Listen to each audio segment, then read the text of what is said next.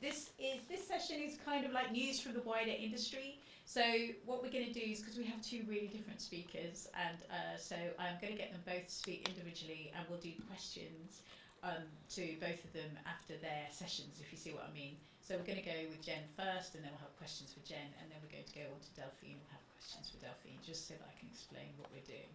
So I'm really delighted to introduce Jen, who is from the newly formed Creative Industry Standards Authority. So this is something that within the industry, across the film industry, we have been talking about for a very, very long time, about kind of standards and about behaviour and about policing, you know, how ourselves, and obviously you don't need me to tell you about everything that's happened within, not only in this industry, but across the creative industries. So it's absolutely fantastic that we now have an organisation that is seeking to address some of those concerns and is a place that we can go. So that's why we thought it was really, really important to invite Jen here to tell you more about it. It's obviously an organisation that is as here for cinemas as it is, or exhibition, as it is for any other creative industry. So I'm going to hand over to Jen.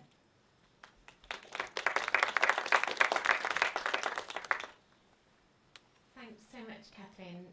It's a real pleasure to be here. I'm really looking forward to telling you more about CIISA and answering your questions in due course.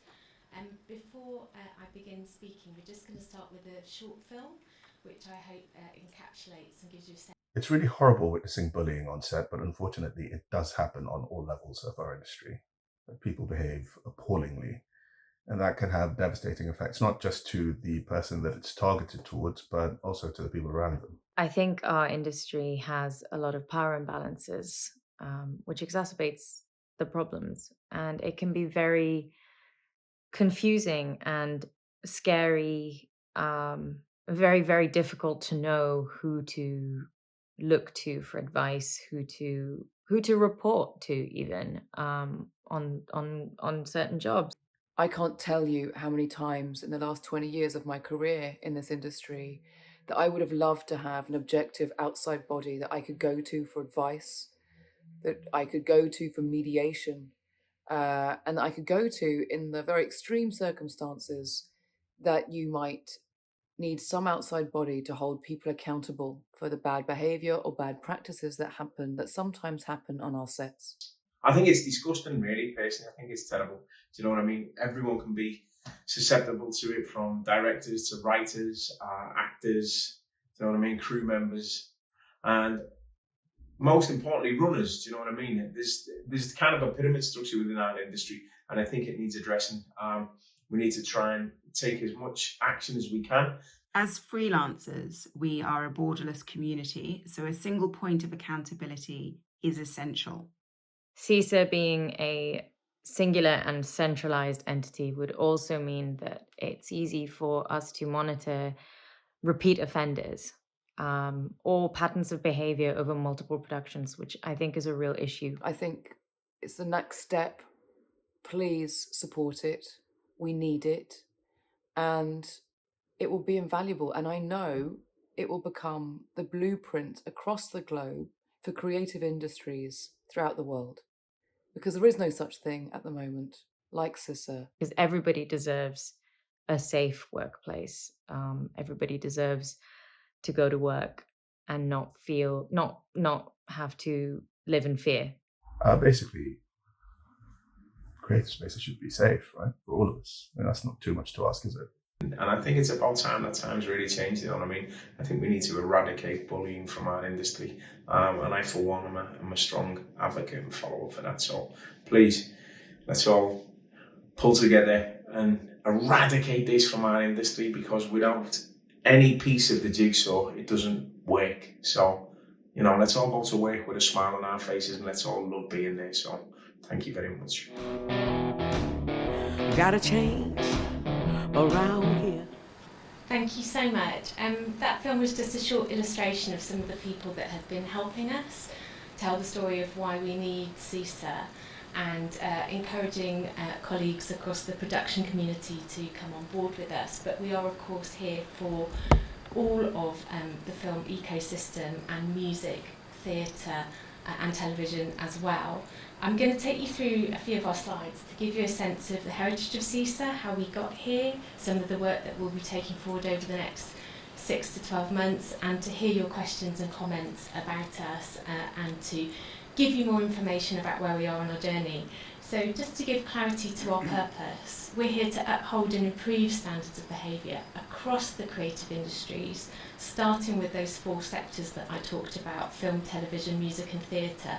And crucially, we want to prevent and tackle all forms of bullying harassment and bullying harassment of a discriminatory nature. And why are we doing it? It's a basic logic model. We know, as Catharine said, there's a repeated problem with behaviours. There is a gap in provision in dealing with that and knowing where you can go, and we seek to address that gap. And I want to tell you a bit about the heritage of how we got here in the story so far. Rebecca Ferguson, the singer, spoke about her experiences in music and television to government in 2020, and government responded by establishing a round table to discuss how we jointly address these issues. CIISA's chair and founder, Dame Heather Rabatz, in 2021 began to socialise the concept of an independent standards authority, a place where you could seek advice, a place where you could report behaviours of concern, an independent body that could look at things without fear of victimisation and recrimination. And we know that's a really common theme in the conversations that we're having. People fear speaking up about their experiences, particularly as a freelancer, because you feel that it may damage your future employment chances. In 2022, we went out and all of the UK broadcasters initially came on board with supporting us, and we brought in the other sectors, music and theatre as well. Now we have a wide spectrum of organisations who have paid in and committed to CIISA, including, of course, the BFI and the ICO, and 40 organisations who are getting us on our way to be operational in 2025. And where we are now is co-designing, publishing our corporate strategy, our business plan. All of this information is available on our website, so you can go into much more detail about us, and securing our funding, which is going very well at the moment. So I think it's important just to explain us a little more and unpack a little more about what we seek to do and what we certainly seek that we will not do. You know, our overarching game is prevention from harm and to be a deterrent, and also to upskill people to feel confident about having challenging conversations in the workplace, to enable people to speak confidently where they feel that they're being harassed or abused or discriminated against, and how we are that circuit breaker that's currently missing in the sectors that we're supporting. We want to give advice, signpost and give early dispute resolution services. We work really closely with our friends and colleagues at the Film and TV Charity and also BEC2. So while some of the work that we do might create other recommendations that we make about workplace practices, industrial relations would retain and sit with BEC2, and the Film and TV Charity will support with counselling and wellbeing services. But they too have been 2 of our strongest supporters in recognising the gap in provision that exists. We'd only investigate the most serious and complex issues and make evidence-based findings.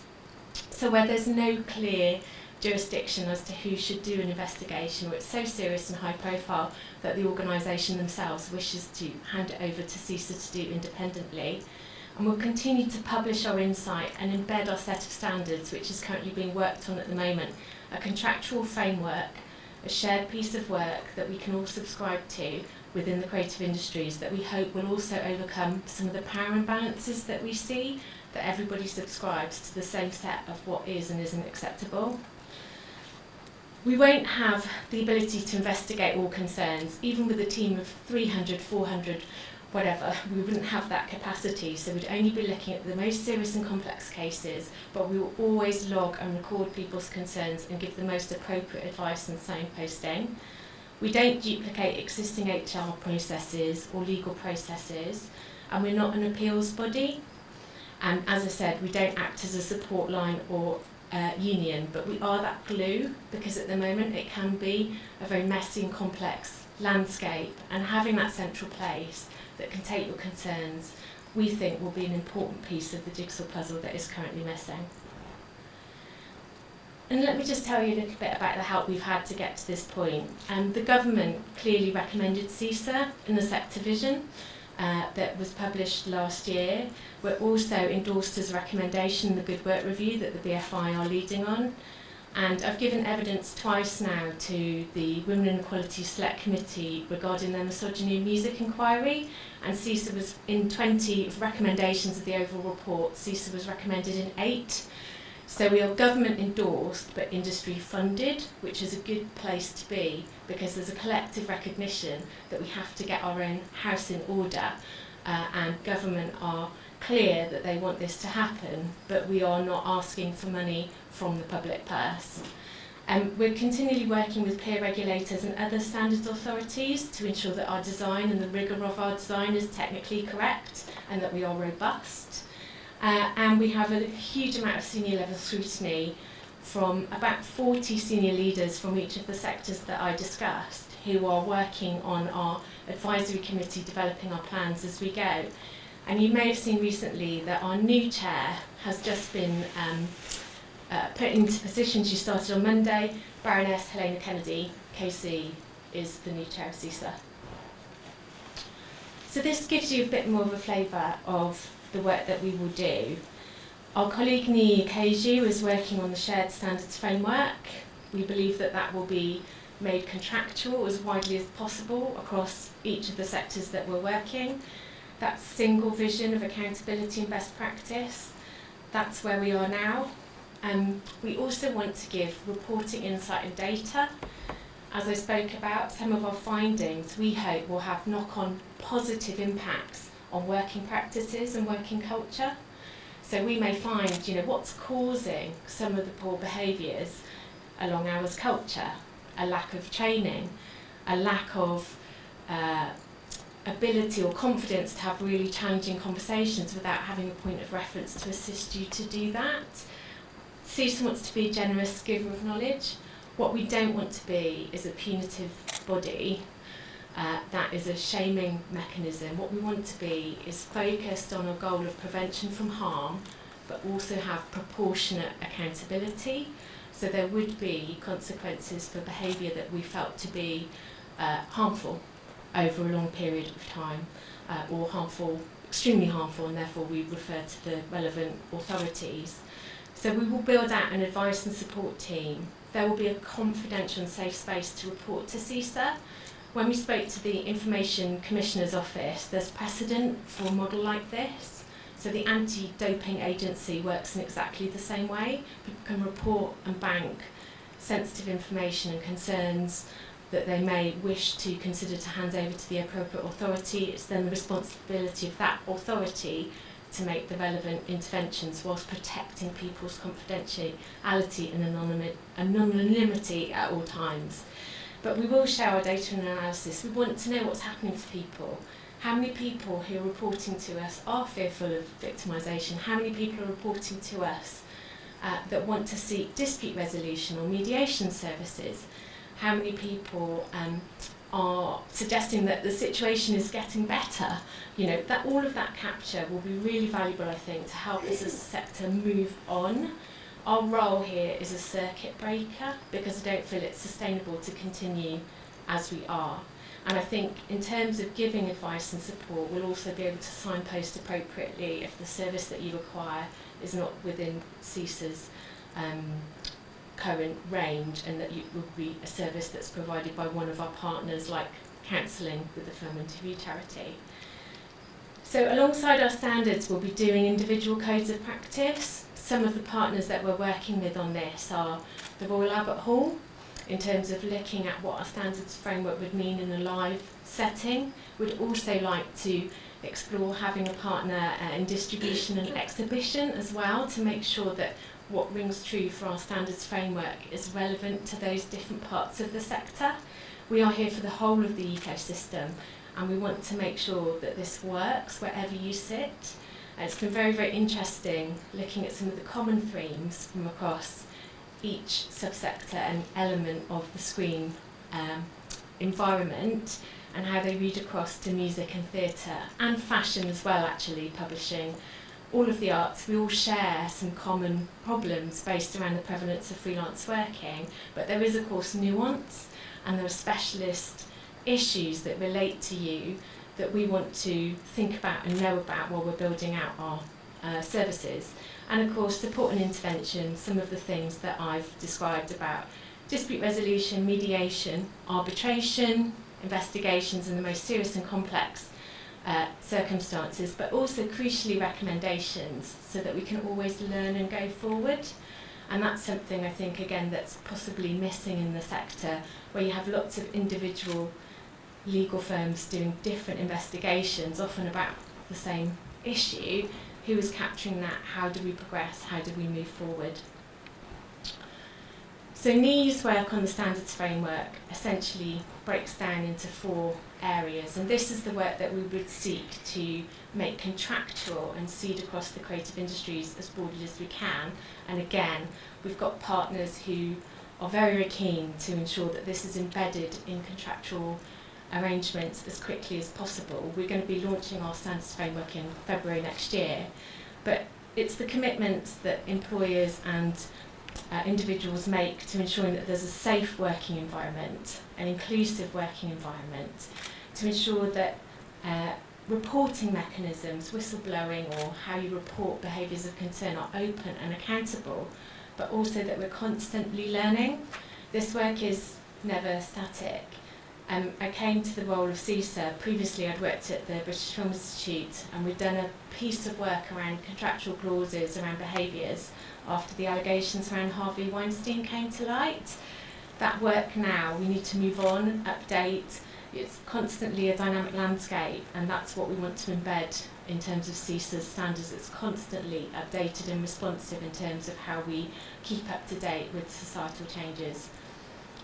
So where we are now is a period of engagement and analysis. NIE chairs our Standards Advisory Committee. There will be a period of industry-wide consultation on the standards framework, and the first set will be launched in February. I just wanted to go over a bit of the technical rigour of CIISA. One of the questions that we get a lot is, if you're asking industry to make contributions, how do you retain your independence? And the reason that we've done a 2-board structure is to ensure that we do retain our independence, and that CIISA will not know who funds us down the line. All the contributions will be captured by a separate board and will be dropped down to the main operational body of CIISA as a kind of lump sum. So you have a separate board collecting in the money, and you have an operational board that runs the organisation and all the services that we talked about. And that separation of powers is really quite important. At the moment we have a number of our supporters on our website who've given us development monies, but that will soon go, because we want to reassure people that they can feel safe and confident in reporting any concerns that they experience in the industry, and that we are truly independent. And again, this is the wider governance framework. So you can see some traditional committees there, but we've also built in an anti-discrimination committee into the heart of CIISA, and that work in terms of how we would relate to the Equality and Human Rights Commission in terms of reporting discrimination is being led by a colleague of ours who's a senior leader in the music sector called Dr. Kienda Hoji. And this is important. So what difference will CIISA make? So one of the things about having a single body and an independent body is that often allegations or concerns can take a very, very long time to surface, and we don't think that's right, and I'm sure you don't either. So being able to report and to know where to go and to have that single independent body means that we could deal with issues in real time and a more appropriate intervention. We can create consistency on what is expected and what's achieved. So one of the things that we found in our conversations with so many stakeholders across the creative industries is that there's a really wide set of policies and procedures. There's a huge, wide-ranging set of codes of conduct. Sometimes you have a code of conduct, but the membership body or the entity that has that code of conduct says it's always a real struggle to have the resource to investigate a breach of that code of conduct.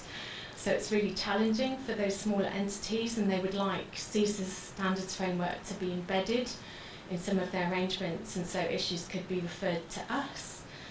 The other thing that's a real danger for any sector, but particularly ours, is when allegations are made in unregulated environments, and what I mean by that is social media and the media. So if you have a private, confidential, anonymised service, you can have confidence that we will deal with that appropriately. And I think we have a duty of care and a responsibility to everybody in the scenario. So people who have got concerns about their behaviour raised against them, people who are raising those concerns, and also people who are handling those concerns, because that can be an incredibly challenging and difficult place to be.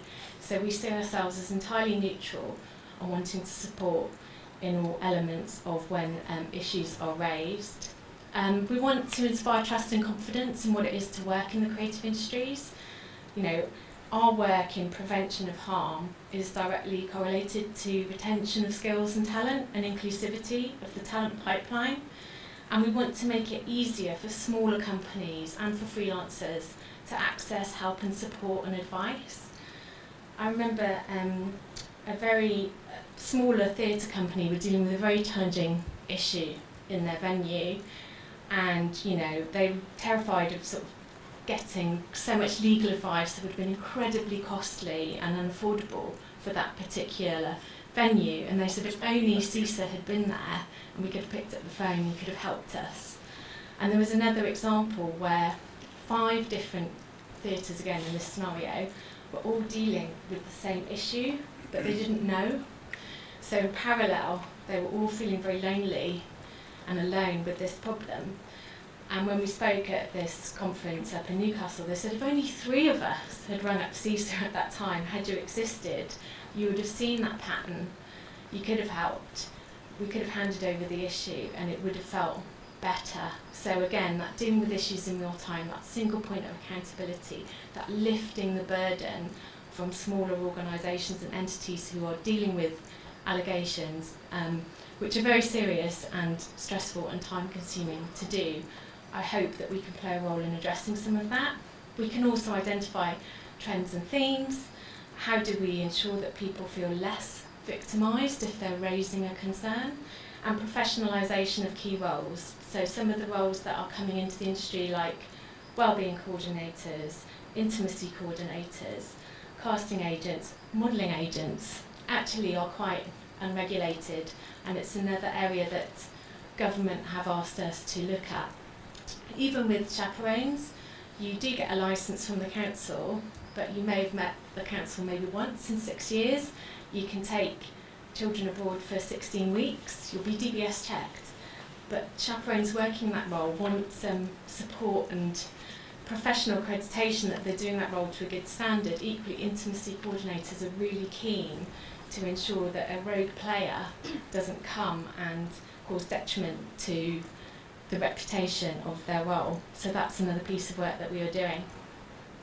So these are the outcomes that we're seeking to make. You know, we want to future-proof an inclusive talent pipeline. We want more fairness and due process. We don't want things to be played out in social media and the media and to be left with no resolution whatsoever for any party, as is the case in some scenarios. We want to influence better working practices for everybody across the ecosystem. But crucially, we want to create capability and confidence in dealing with conflict. Conflict is part of the workplace. Conflict is part of the creative industries. But let's ensure that people feel equipped that that is healthy and that doesn't spill over into something more toxic, more damaging, where people, you know, lose their careers, their confidence, you know, harm is being done, and we certainly feel that we have a role in addressing and preventing that harm. Jen, I just wonder if you could tell people a little bit about how they could become involved, like, you know, how they could subscribe. Yeah, I think there's a number of routes where we'd really love your engagement. We're certainly looking for partner venues to come and understand specifically more of the common scenarios that you face.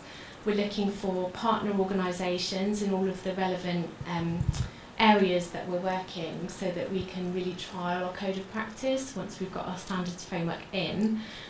We've got some great partners from across other parts of the creative industries that have come forward, but we really want to ensure that we've got a really comprehensive sense of what happens and that we understand the nuance of the things that you deal with more frequently.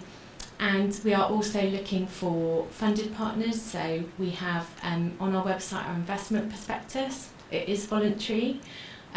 We have been significantly, I want to say surprised, but that feels, but we've been delighted with the response that we've had, because the need for CIISA, I think, is evident, and it's our responsibility to deliver that to the right standard, and we need to do that through continual engagement with each of the sectors that we are working with. So as I said, having those broad parameters, those broad themes that are common, but also understanding the nuance of what you face as a sector is really important to us. But if you did want to come on board as a funded partner, our investment prospectus is on our website. Hey, so I was just going on your website and looking at all your different partners and who've made commitments, and like there's a wide range across the sector. Well, quite clearly, there's very little of like major exhibitors on there. Is that currently just an issue, or is it lack of knowledge from their part, or? Yeah. So we're doing our funding ask in waves. So we're going to be starting to contact exhibitors alongside distribution and theatre actually. So we've taken it in waves. The logos on our website have been our initial development funders. So they were people that gave us the development capital to get to where we are. But we are working our way through very methodically a full list of supporters from across the creative industries, which is actually more challenging than you think.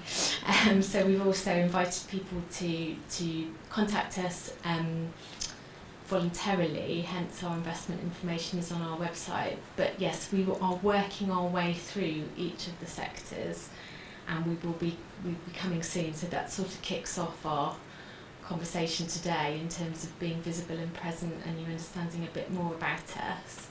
But in terms of the first wave of music where we started, and also the broadcasters, streamers and studios, we've been very heartened by the response.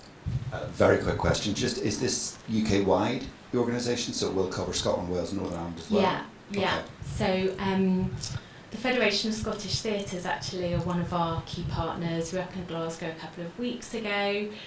This is my second visit to Northern Ireland in a few months. Yes, and I think, you know, one of the biggest challenges is managing pace and expectation. So in terms of our ambition for growth, we've got a colleague who's seconded from the Austrian Culture Ministry at the moment writing the international blueprint for CIISA. It was actually David Putnam who said in one of his quotes on our website, you know, you need to make this we're a global industry, you need to really think about how this works in other territories. So Cloraglistal is over looking at that. But we also have ambitions to be UK-wide. So our longer-term home will be Manchester. So we're setting ourselves up at the moment with a view to being ensuring that our long-term home will be there. And ideally what we'd like to do is branch out and have regional offices and national offices in other parts of the UK. But my COO will always tell me to slow down and I will tell him to hurry up. But that is in our visioning document for 3 to 5 years. Thank you so much for it. It's definitely overdue. So how much of it is about sort of like identifying like individual behaviour versus the culture? Because the wider culture reflects the culture that's out on the open. And, you know, a few weeks ago, the country felt very, very different. You know, I think we've sailed through and feels a bit more back to normal. But if this conference was held just a few weeks ago, it would have felt like actually the world actually feels quite scary. So I'm just wondering, how much do you feel you have to tackle those two things together in terms of like really identifying individual people who are very problematic and, you know, need to be identified versus that wider culture. And the only thing I'm sort of thinking about is social media. Just thinking about how in a way, all the people you probably partners with are kind of the older legacy media, and actually YouTube and people who are getting like millions of subscribers are now so influential, like Andrew Tate. Yeah. Like, how do we impact on those people where that is a very unregulated industry? Yeah, it's really interesting, and it's been some of the sort of early thinking about how we sit as a regulatory body, and Ofcom would look at content and we would look at behaviour, should we say. And you're right, we've started with a slightly more sort of traditional grouping, but actually Spotify and TikTok want to talk to us, which is really good news.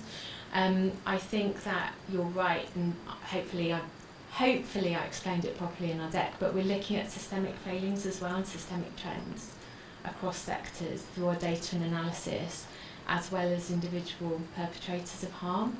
And that's why it's so important that we build our relationships with organisations like Ofcom and like the Equality and Human Rights Commission. If we see a systemic pattern of discriminatory behaviour being reported in a certain entity, then we will speak to the Equality and Human Rights Commission about that. They have the parliamentary mandate to investigate discrimination, we don't. But we would certainly broker an arrangement where we can identify those themes and what we consider to be the issues behind them. So I think we've got an important role to play. And interestingly, one of the meetings I had this morning said, so really, Jen, what this is about culture change. It's like, yes. And that is a well-trodden path of, well, what we need to do is change our culture. But I suppose what CIISA represents is a slightly different approach. It genuinely is a circuit breaker. One of the problems for organisations and individuals is because you don't have a single entity, and there's so many vagaries and cul-de-sacs within the creative industries. Like Naomi Harris says on the film, we're a borderless community. You can move about, and you can never have your behaviours addressed, and you might not know that your behaviour is harmful, or you might know, but you know that you're going to be a sound engineer on a film one day and on a music festival the next, and it's okay because nobody's ever addressed this with me. So I hope that by being different, by having the weight that comes with government endorsement and the substantial expertise from other regulatory bodies to build the technical mechanisms and the offer so that we get our dispute resolution absolutely right, our mediation services are slick and fitting for the speed of the creative industries but still substantial in terms of quality. I hope that this is a really different moment for us. That was a very long answer. I swerved all over your question, but I hope you got the sense that yes, it's that thin track. I think it's really long overdue, as was said down the bottom there. I think it's a really interesting initiative. Just so I've understood this correctly, when you're not a punitive body per se, but any sanctions and any mediation or investigating of the most serious complex cases, as you said, are they only the organisations that have signed up to the code that will be, or is this industry-wide? And at the risk of being a toothless quango such as the Advertising Standards Agency, let's just use that as, and that's my own personal opinion of them, and I'm not at the risk of being something like that. How can you go ahead and enforce this within the creative industries? Any sort of changes and any sort of sanctions, and will it be retrospective, and how will you move it forward? I know you're going to review the codes, but and one final caveat to that, sorry. If there are cumulative instances that are not potentially complex, almost serious, but occurring with great frequency, how will you capture that information as well? So there were loads of questions in there, and I will attempt to answer all of them, but do come back if I don't. So just going to your last question first in terms of how we capture. So we're procuring the technology at the moment for the reporting mechanism, and the quality of that has to be akin to how the police hold firearms data, because we're holding such sensitive and what we anticipate will be quite a high volume of data. So, we're going out, we're confident that there are several providers in this space for organisations that do work of this nature who we're speaking to. So that's how, thematic analysis through having the right tech and the right team to identify what's happening. Or I have no concerns on that given the skill set of who's in my team and looking at the operational build of CIISA. In terms of being a non-statutory regulator, which is where we sit, statutory regulation happens when all other interventions have failed. So government will not put a regulatory body on the public purse with legal recognition until all other interventions have been exhausted. However, there are some legal underpinnings. For example, becoming a prescribed person means that if you've signed a non-disclosure agreement, you could talk to CIISA and not fear repercussion or any legal consequences in doing so. So there is secondary legislation that could give CIISA teeth, to use your language, which still supports us as a voluntary industry body. The point about having a separate finance board means that we don't know who funds us. Once we've first our first round of development money and year one money, the separate finance board gathers in all of that money. So our view is that our jurisdiction is if you pay into UK tax reliefs. When we talk about tax reliefs, let's talk about what that is. That's public subsidy, that's public money. So if you're captured in that, and if you're part of the creative industries in that ecosystem, should we say, as a larger entity, but you don't pay into CIISA, A, we wouldn't know, and B, we're still really interested in your behaviours and how your staff feel about working there, and how we could track patterns of behaviour. Just in terms of the language of sanctions, we deliberately don't use that language. So we will make recommendations and we publish those recommendations where we see fit. So I think in terms of how people value their reputations, I think people would feel that they would want to go forward and take forward those recommendations from CIISA, but if they don't, we can't enforce that, but our recommendations will be a matter of public record. I mean, I think, to be clear, there are examples if you feel all other avenues. You know, when you said there are serious and complex cases, if someone comes to you and you do, I know that you have quite a lot of legal advice, and you know, and if somebody comes and you feel like actually this is a problem that has not been addressed elsewhere, and we feel that it's really important that it is, that is something that you would take forward on an individual case by case basis. You're not going to be like, if somebody comes to you, you're not going to be saying, well, we can't deal with that because we don't deal with individual problems, are you? You're going to be like, actually, this is a point where we can make something happen. We'll always advise people of their options. Some people will just want to report and will not want to take it further, but in reporting they feel that they have that's made it the threshold that they want to live to. Others will say, what are my choices? You know, and we can advise people on their choices. And others, and for other scenarios, you know, because there isn't a single point, unfortunately, there will be patterns of behaviour that no one else has been able to track before. We're looking for those. I think where CIISA will make proactive interventions and recommendations will be in scenarios where behaviour is harmful but not criminal. If it's criminal, we would have a responsibility to think about the options of handing that over appropriately to the police. But one of Rebecca Ferguson's comments was, even though, you know, I'm famous and I have profile, I felt very alone, and I'm still a freelancer, and had CIISA been there, I might have thought differently had you been there, because it's one of the services that we seek to offer is to support people accessing criminal justice or legal avenues. As they're going through that process, which would make a difference. So I'm just gonna bring that section to an end. So thank you so much for Delphine is here to talk about the Escapes programme, who most of you may be familiar with it. Not everybody necessarily will be familiar with it. Obviously, it's had a substantial investment of public money. So in a way, you are here to talk to us about. It's been running since January. You've been having screenings since January. So I guess this is a really good time, maybe like 9 months in, to look at, you know, that programme, look at the scope of it, look at the audiences, look at some of the data you've collected, and again, there'll be opportunity to ask Delphine questions afterwards. Absolutely, yeah, thanks so much, Catherine. So just for anyone who isn't aware of my wild-renowned estate, my name is Delphine Lievens. I am a freelancer, so I wear various different hats. I'm here today with my Escapes hat on, but you may know me from other hats.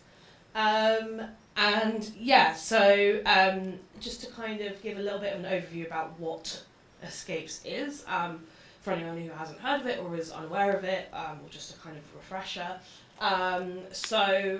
It's broadly a free cinema screenings project.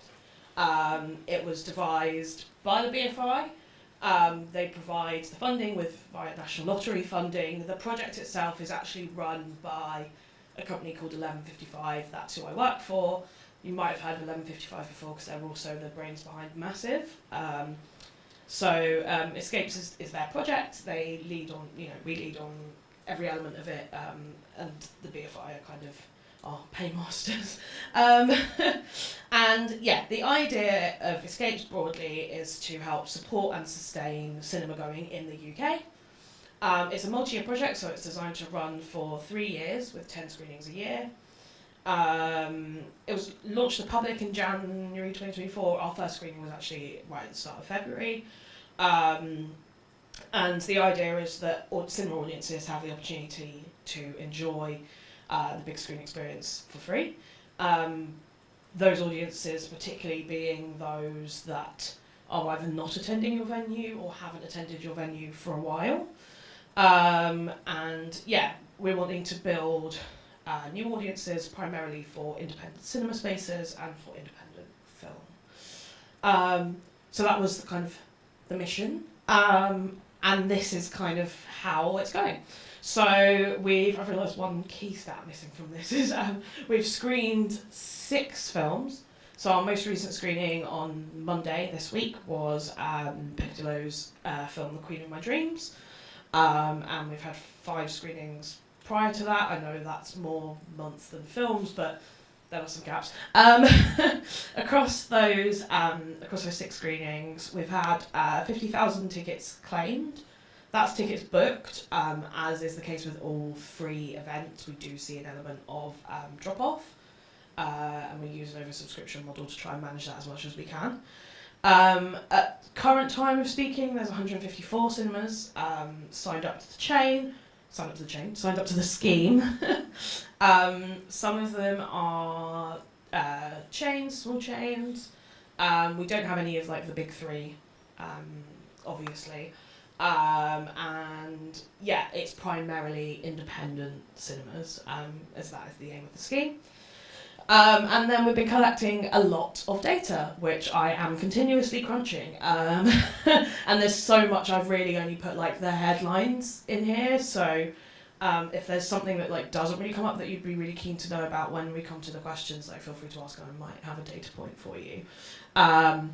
As a whole, all of these stats that I share are an average across the first 5 screenings, which is about 5,700 survey responses.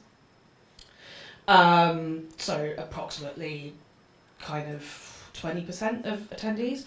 But yeah, of our surveying, 44% of people were new to the cinema that they visited, which is something we're really proud of. That was always the aim for this project, obviously, is to get new people through the door. And so it really varies. It can be, it's been as high as 50%. It varies on a screening basis. Our programme, you'll see, is quite varied as well, so that kind of helps with diversifying those audiences.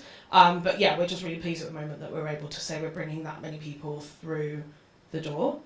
Of all the people that attend, 81% of them say they're likely or very likely to return to the cinema for a paid trip. And 53% of them say they're likely to return within that month. Obviously, we can't hold people to their word on that, but it's good to know the intentions there. And I am trying to work with the cinemas that are involved to get a bit more of an idea of kind of what they are seeing in terms of returning audiences as the scheme kind of goes on. 54% of them were purchasing food and drink, so there is like an added economic incentive there. The other thing that I kind of think about as an economic incentive as well is the amount of data we're collecting on customers. So when someone signs up to, all the ticketing is run through our own ticketing platform. When someone signs up for a ticket, they are basically given, various GDPR opt-ins, and the very first one is, would you like to hear from this cinema? Because that's what's most important to us, not do you want to hear from us, do you want to hear from the cinema?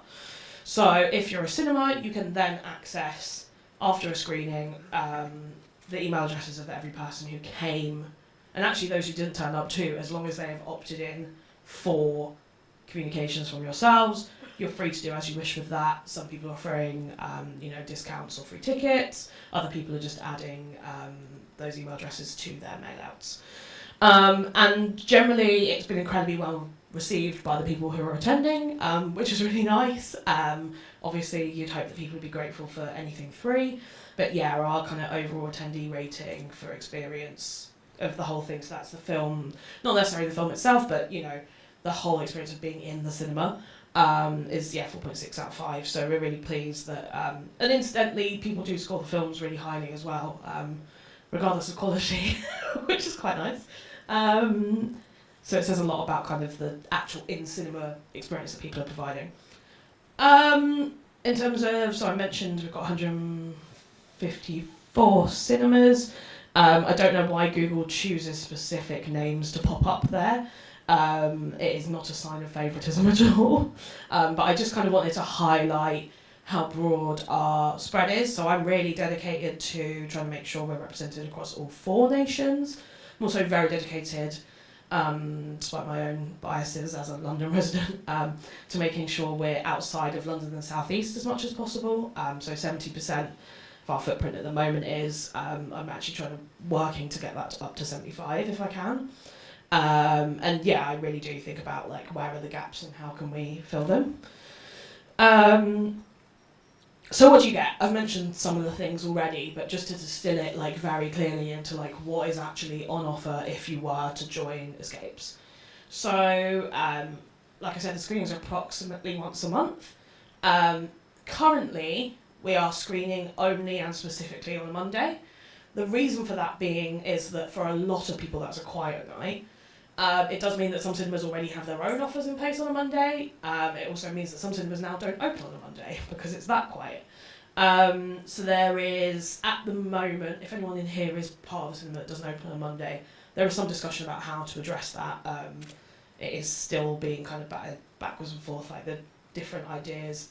We'll probably settle on doing an additional day of the week as an alternative option in order to try and grow. Because I'm aware of at least 20 cinemas off the top of my head that would like to take part but don't open on a Monday. But that's how it is at the moment. We provide the date and the film. You can choose the time, so there's flexibility. Well, to a certain extent, there's flexibility on that. We asked for it to be an evening screening just because we were letting cinemas do matinees and they're just quite poorly attended for obvious reasons. As I mentioned, you have access to customer data. There's also generally, there's work for you to do if you want to take that customer data and do audience development work with it subsequently. But actually, a lot of what's done before that really is handled by us. So, like I say, all the ticketing comes through us. We handle all the marketing. So we have a kind of variety of things, but a lot of really hyper-targeted social media advertising. So it's targeting people specific location, specific radius of that cinema. It's also trying to target people within certain interest groups that kind of ally to cinema, but people who aren't going to cinema all the time is the theory. Obviously, we're only as good as the tech that's available for that. We do online advertising as well. We've done a little bit of publicity through kind of local news. And we have community audience outreach work being done as well. So yeah, a lot of stuff, and right down to DCP delivery is all handled by us. So there's kind of very little you really need to do to get this up and going, and that's kind of really important to us because we want to deliver this kind of ready-made package. I can say this because of where we are. Any one cinema that is attending here would be eligible for the subsidy that's on offer. It's a subsidy of £100 per screening, which we are aware is a dot in the ocean in terms of kind of cinema operating costs, but that's what's available at the moment. And obviously, like I said, there is kind of elements of added value that comes from F&B sales and some research from the US suggests that the lifetime value of a new customer to your cinema could be anywhere from like $1,000 to $3,000. So there's that to consider as well. So yeah, that's what the offer is, and we're quite, like I say, with the stats I showed you before, quite confident that we're delivering to the best of our ability on those fronts at the moment. Obviously, it's a very ambitious scheme, and it's still relatively early days, so we're looking to kind of constantly improve. And I think, you know, if you speak to cinemas that have been involved, they can kind of see the improvements that have come through throughout the project. You know, they can see that things are starting to get better, or at least that's what they're telling me. So that's nice to know. New audiences, as I said, so our highest level of new audience for one particular screening was 50% of people saying they were new to that venue. On average, across like our first 5 screenings, 25% of attendees were ethnically diverse. 18% class themselves as disabled. I'm going to talk a little bit more about accessibility shortly. And 16% class themselves as LGBTQIA. We've got a really wide age range on this, because the idea was always that it could appeal to everyone, but we were targeting specifically 25 to 44. Actually, 50 to 59, there should be a percent there, sorry, is ranking as the highest age group at the moment. And then kind of that 30 to 34, 40 to 49 usually comes second and third place. But we are seeing people right across from like 18 to 70 plus. And my kind of thinking is I don't mind what age they are as long as they're, you know, like new to that cinema or a lapsed ex-audience member. So in a way, it's been interesting to see how that has developed. And yeah, as I mentioned, like, you know, it's very popular with audiences. They're big fans of it, get lots of really nice feedback on social media, which is kind of an extra, I guess, incentive for your cinema, as that people kind of, you know, talking about you on social media, and then, you know, their friends are aware of that too. Just did this so you can all see how much everyone loves me. No, I joke, but I think, you know, I kind of wanted to showcase as well, like, just how wide the variety of people taking part is. I've been really pleased that we've been able to kind of bring people into this and give BFI money to cinemas that aren't always engaged with the money that BFI are giving out. So, yeah, as you can see, kind of lots of people really pleased and are very obviously noticing new audiences in their cinemas. The other thing that's come up is, so for a lot of distributors, because they've already delivered the film to the cinema, they're then willing to kind of write the minimum guarantee if the cinema wants to show the film again. So for cinemas that are kind of cautious of booking independent film content because of the minimum guarantee, if they've already shown it as part of Escapes, it kind of gives them a chance to have another go at showing it for a paid audience. I think that one at the bottom is kind of, yeah, it's cut off a little bit, but yeah, just saying they're hoping it'll be a game changer as the numbers grow, and that's from the Junction in Google. A bit more, a little essay from Ryan at Showroom. Thank you, Ryan. Yeah, but I mean, they've been one of our most vocal supporters. This picture's from their screening of Kneecap, which was basically sold out. And they're just like really pleased with the different people that have been coming through the door each time.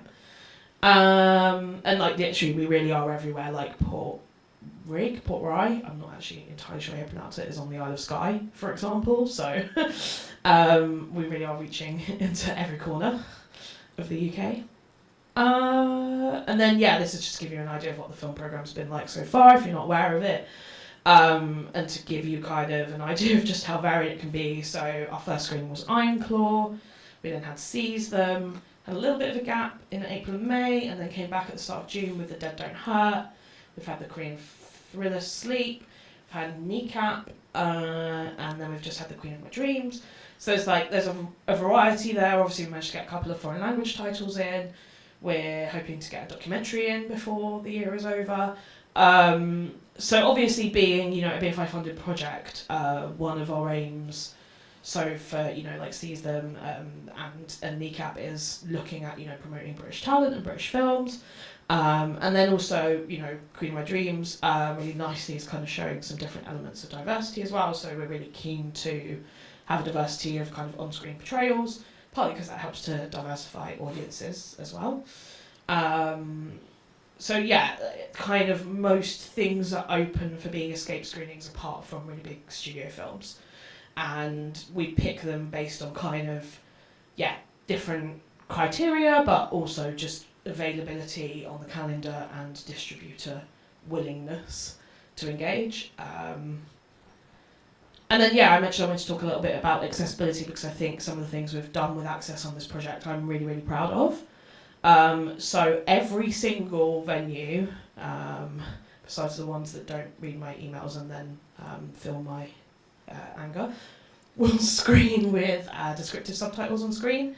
We make it really clear when people are booking tickets as well, so that people who are deaf feel confident that they can come to the cinema and see those descriptive subtitles, and people who aren't know that they are going to be there and they aren't surprised by them.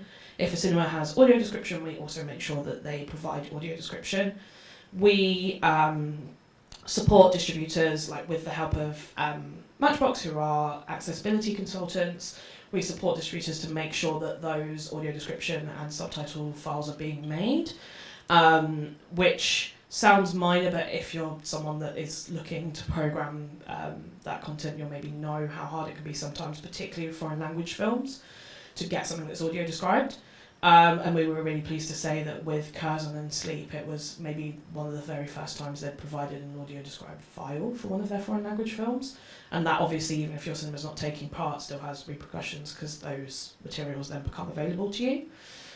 And then across our kind of website and social media, everything's been audited to make sure it's accessible for people with different disabilities. And we also have a cinema toolkit document that has lots of advice on best practice in terms of welcoming audiences to your venue and how to market to them, how to use social media, things like that. So we're really trying to empower cinemas to kind of make this level of accessibility the norm for screenings. And the thing we found really interesting is, so overall the average is coming up at 56% of audiences finding access provisions useful, but I wanted to highlight NECAP, which is our most recent. It actually was as high as 70%. Again, I think people probably answering the survey don't want to say, no, I didn't find it useful, because it makes you sound a bit miserable, doesn't it? But 70% of audiences. So that's really interesting, because the pushback initially was mostly from cinemas who were like, if I put descriptive subtitles on, people are going to walk out.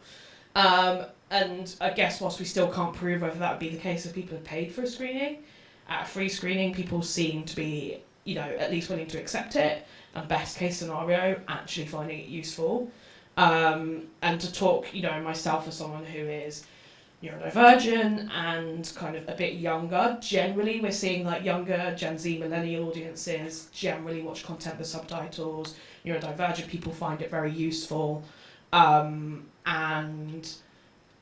so it's not just the deaf audience, there's actually a really wide range of people that can find descriptive subtitles useful, so we're really happy to be able to offer that.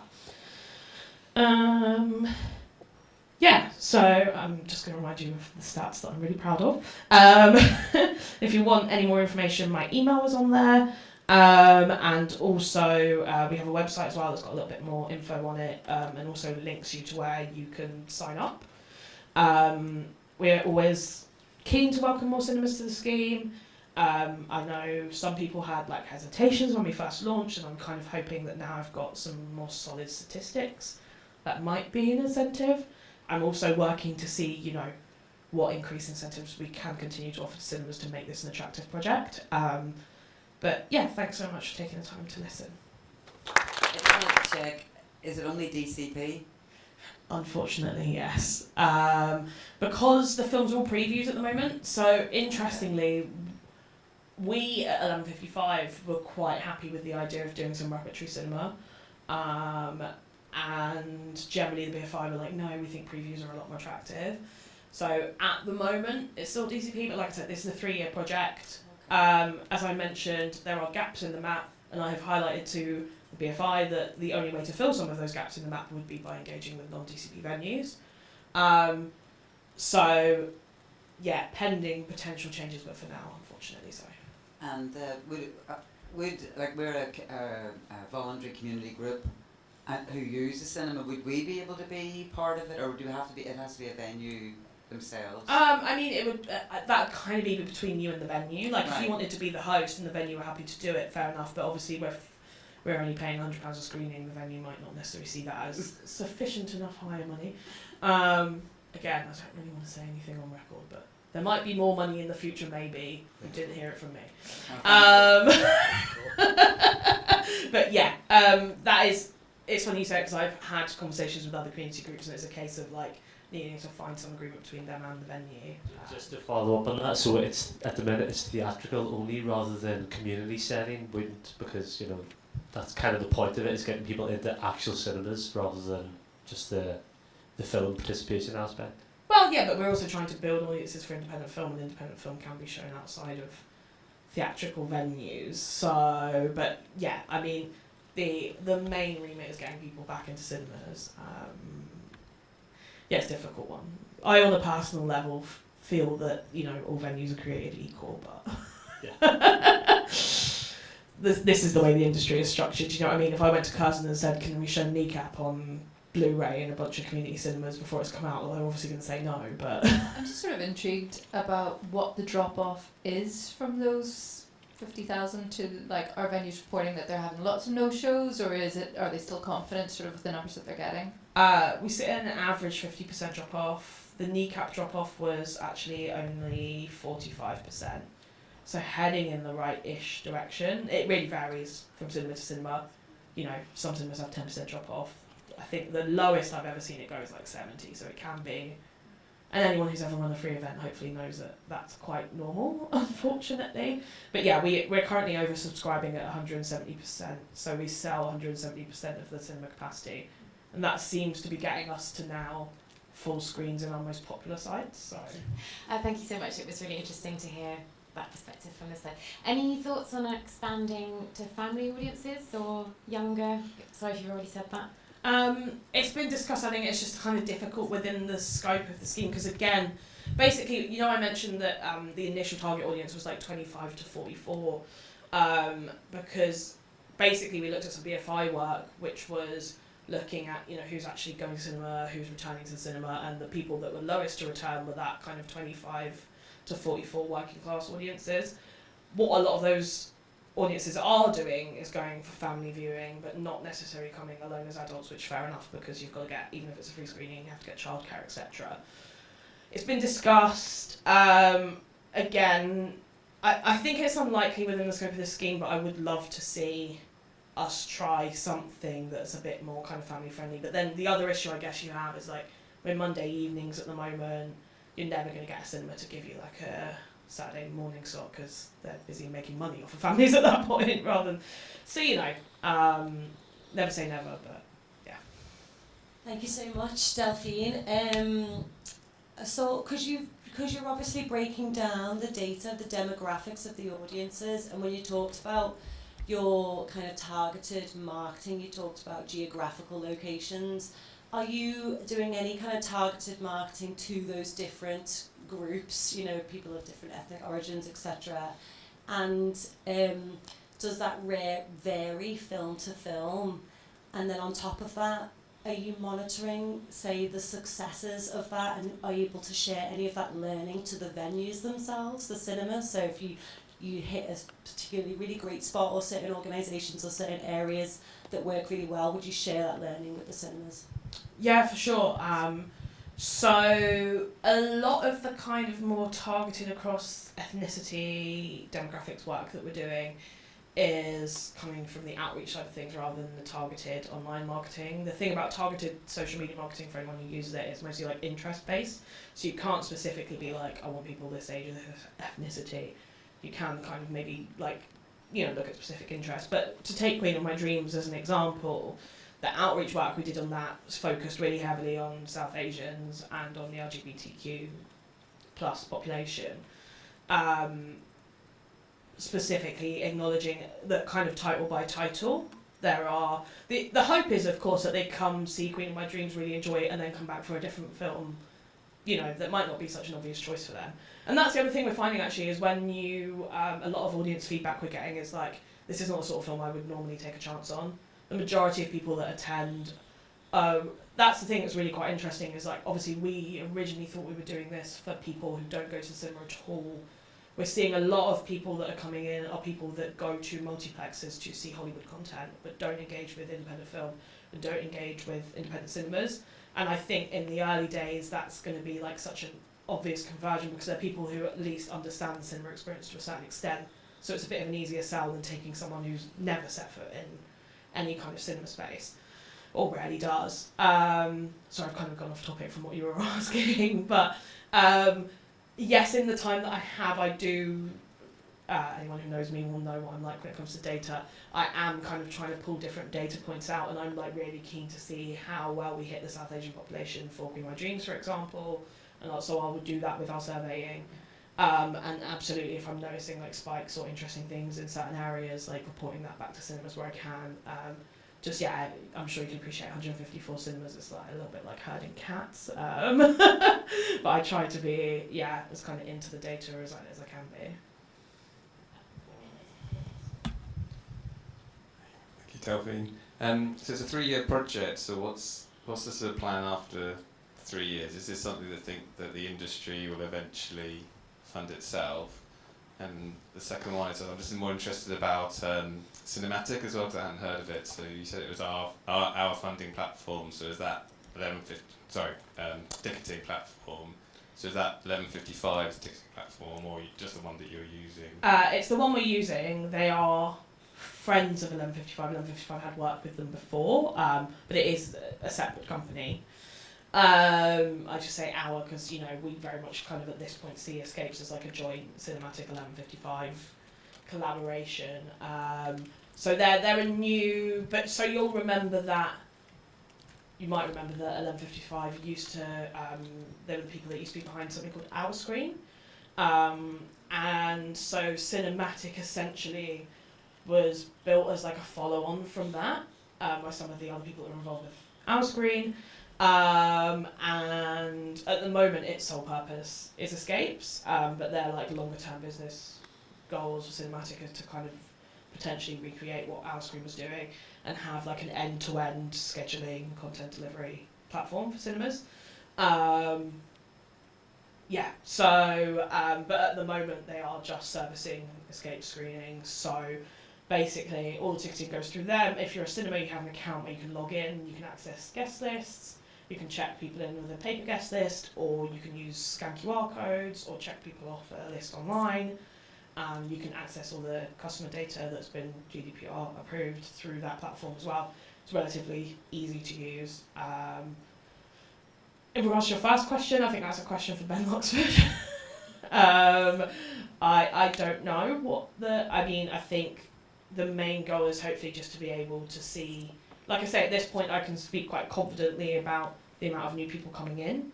What I can't speak so confidently about, just because time, is how much those people are going to come back as paying customers. So I think the hope is that by the end of the 3 years they might be able to prove some level of intervention there, and then consider, you know, what the next step might need to be to kind of maintain that. But yeah, I mean I can't really see beyond the end of next week myself. In terms of like, I mean, just on my life level, I find it hard to see beyond like the end of next week. So yeah, we'll see basically. But I think, yeah, the hope is that there will be a measurable difference by the end of the 3 years.